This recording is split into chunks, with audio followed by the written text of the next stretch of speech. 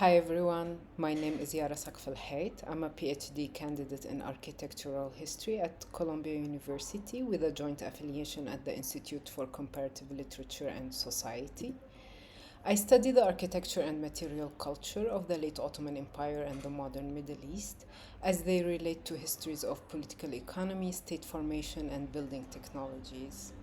In addition to my dissertation research, which I will talk about in a little bit, I'm also researching the histories of aesthetics and political economy in the writings of the Armenian bureaucrat Saqfalhait Effendi. I did a master's in history and philosophy of design at Harvard's Graduate School of Design and studied architectural engineering at Birzeit University. I also worked briefly as an architect in Ramallah and as a researcher at different cultural institutions there, including the Palestinian Museum. As for my dissertation, it's tentatively titled Aesthetics of Procedure, the Architecture of Late Ottoman Statecraft, and is a socio-technical history of construction in the late Ottoman Empire.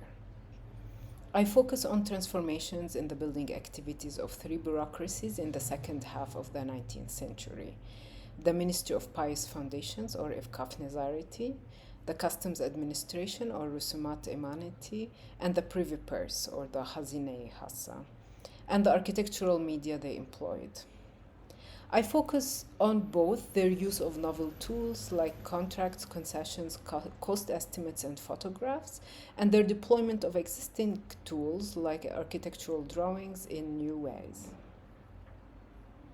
My project builds on many insightful studies of architectural practices and media by architectural historians of the Ottoman Empire and the Middle East, where these historians have already shown how scrolls and pattern books produced by master builders in the early modern period had a crucial role in disseminating design concepts, techniques, and tastes across the Islamic world, and how architectural drawings were periodically made for building repairs and were deemed necessary for estimation purposes.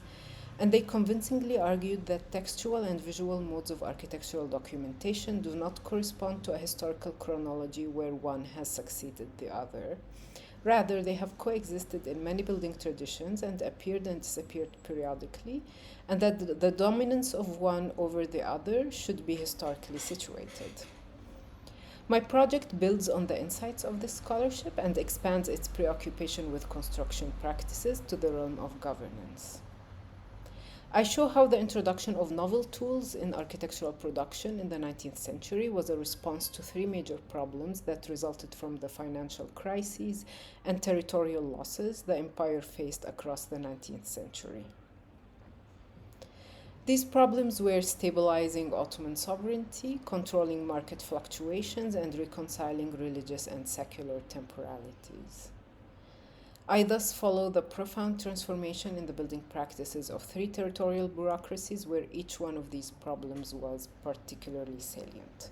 So the Privy Purse, the Customs Administration, and the Ministry of Pious Endowments, respectively, as I previously mentioned. Together, these cases demonstrate how late Ottoman statecraft relied on various architectural media to manage the movement of materials, people, and ideas, to simultaneously curb an expanding market economy while leveraging the new possibilities it made available. I rely on archival material which, over the past 2 years, I have gathered from archives across Turkey, France, and the United Kingdom. These include textbooks, architectural drawings, maps, land surveys, construction documents and contracts, property certificates, official correspondence, legal decrees, and commercial treaties. I read and interpret this material based on research methodologies drawn from my own field, architectural history, in addition to approaches to the history of political economy beyond the West and revisionist theories of the state. And I'm looking forward to my fellowship at ANAMED. Thank you.